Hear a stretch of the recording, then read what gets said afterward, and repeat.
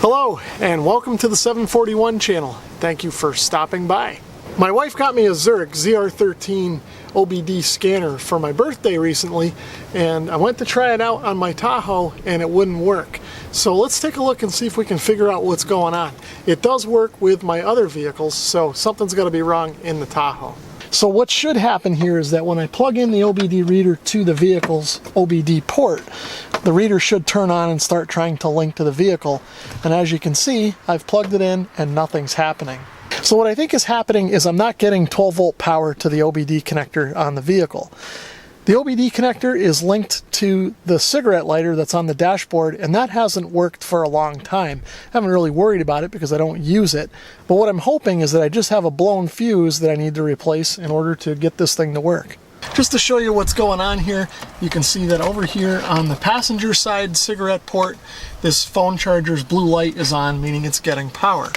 But if I switch it over to here on the driver's side, you can see that the light doesn't turn on, so there's no power over here, and like I said, there hasn't been for quite some time. So we're taking a look under the hood at the fuse box, which is just behind the battery on the driver's side of the vehicle. So I'm just going to pop the lid here and you can see all the fuses that are available. So taking a look at the diagram under the cover of the fuse box, the fuse that I'm interested in looking at is this one, labeled cigarette lighter, and it should be a 15 amp fuse. Now if I take this out of the way, you can see here's the fuse box, and in particular this is actually the fuse we want. You can see that somebody at some point replaced it with a 20 amp fuse. So I'm going to pull this one out and see what it looks like. I don't know if you guys can see this in the camera or not, but this fuse is definitely open. So I'm going to replace it with a new one. Okay, so I found a fresh 15 amp fuse, which is actually the right fuse for the vehicle. I'm going to drop that in, and then let's go try the reader and see if it works. Time for the moment of truth. Let's plug this in and see if it works.